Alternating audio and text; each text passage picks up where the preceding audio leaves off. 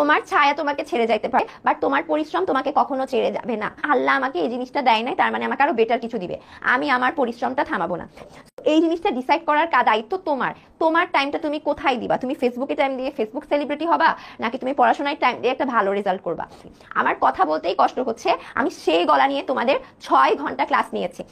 অনেক বয়স্ক তোমাদের থেকে আমি পরীক্ষা দিয়েছি কোন সালে?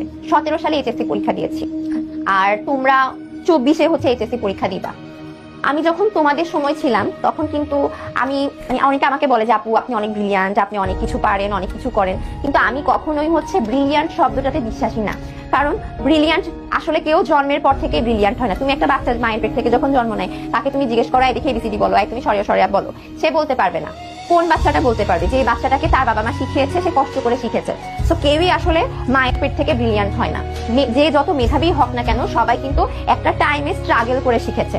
তো আমি যখন এরকম হয়, দেখো ক্লাসে গেছি বা যে কোনো জায়গায় গেছি, ধরো তারা একটা কোশ্চেন করেছে, আমি এটা পারি না, তো তখন আমার মাথায় এই ফিলিংসটা হয় যে অ্যান্সারটা পেরেছে, তার মানে হচ্ছে সে ওইখানে সময় দিয়েছে, সময় দিয়ে সে সেটার অ্যান্সার শিখেছে এন্ড সে সেটা স্যারকে বলেছে। অর্থাৎ কেউ কিন্তু একটা জায়গায় টাইম দেওয়া ছাড়া জন্মের পর থেকেই শিখে আসে না। তো তোমরা এখানে অনেক স্টুডেন্ট আছো যারা হচ্ছে কমেন্টে রেসপন্স করো না, সবসময় ভাবো আরে কি অবস্থা, এখানে মাসুদুল তো সব অ্যান্সার দিয়ে দিচ্ছে, শিমুল তো সব অ্যান্সার দিয়ে দিচ্ছে, এরা অনেক ব্রিলিয়ান্ট, এরা সবকিছু পারে।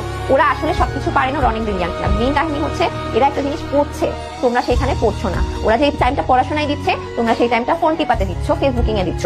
এই জিনিসটা ডিসাইড করার দায়িত্ব তোমার। তোমার টাইমটা তুমি কোথায় দিবা? তুমি ফেসবুকে টাইম দিয়ে ফেসবুক সেলিব্রিটি হবা, নাকি তুমি পড়াশোনায় টাইম দিয়ে একটা ভালো রেজাল্ট করবা? তো কেউই হচ্ছে একজন আরেকজনকে বলো না যে অনেক ব্রিলিয়ান্ট, অনেক ব্রিলিয়ান্ট।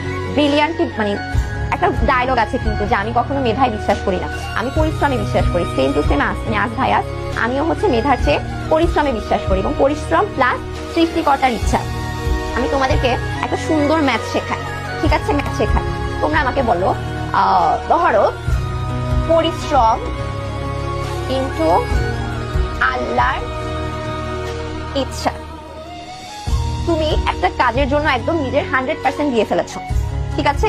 100% দিয়ে ফেলেছো, তারপরও কখন ওই কাজ জিনিসটা হবে না বলো তো? তুমি তোমার 100% দেওয়ার পরও কোন সময় হচ্ছে তুমি সেই জিনিসটা পাবা না? যখন আল্লাহর ইচ্ছা 0 থাকবে, তখন তোমার সেই কাজটা হবে না। খেয়াল করো, তুমি যদি একটা কাজে পরিশ্রম দেওয়ার পর সেই জিনিসটা না পাও, আশাহত হইতে হবে না। মনে করবা না যে আমার জীবন এখানেই শেষ। তখন এইটা মাথায় রাখতে হবে, আল্লাহ আমাকে এই জিনিসটা দেয় নাই, তার মানে আমাকে আরো বেটার কিছু দিবে। আমি আমার পরিশ্রমটা থামাবো না। আমি আমার এক্সাম্পলটা দিই। আমি চিটাগং কলেজে টপার ছিলাম, ঠিক আছে? আমি একটা রেজাল্ট দিত টপার কারা, ওই টপারে সবসময় টপ করতাম, খুব পড়াশোনা করতাম। আমি সকাল 6টায় বাসা থেকে উঠে প্রাইভেটের জন্য যাইতাম, 7টায় একটা প্রাইভেট পড়তাম, 8টায় একটা প্রাইভেট পড়তাম, 9টা থেকে ক্লাস ছিল 2টা পর্যন্ত, আবার 3টায় একটা ক্লাস প্রাইভেট পড়তাম, 4টায় একটা প্রাইভেট পড়তাম, 5টায় শেষ করে বাসায় ঢুকতাম 6টায়। টোটাল 12 ঘন্টা আমি বাইরে থাকতাম, ঠিক আছে? চাইলে আমি বাঙ্ক করতে পারতাম, কিন্তু আমার বাসা থেকে কলেজ ছিল অনেক দূরে।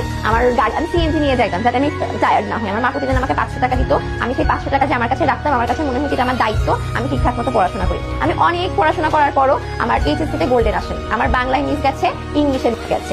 তো আমি তখন হচ্ছে ঢাকা শান্তিনগরে কোচিং করতাম, মেডিকেল অ্যাডমিশনের কোচিং করতাম। আমি যখন এইচএসসি রেজাল্টটা দেখি, আমার এত কান্না পেয়েছে, আমি অনেক কান্নাকাটি করেছি।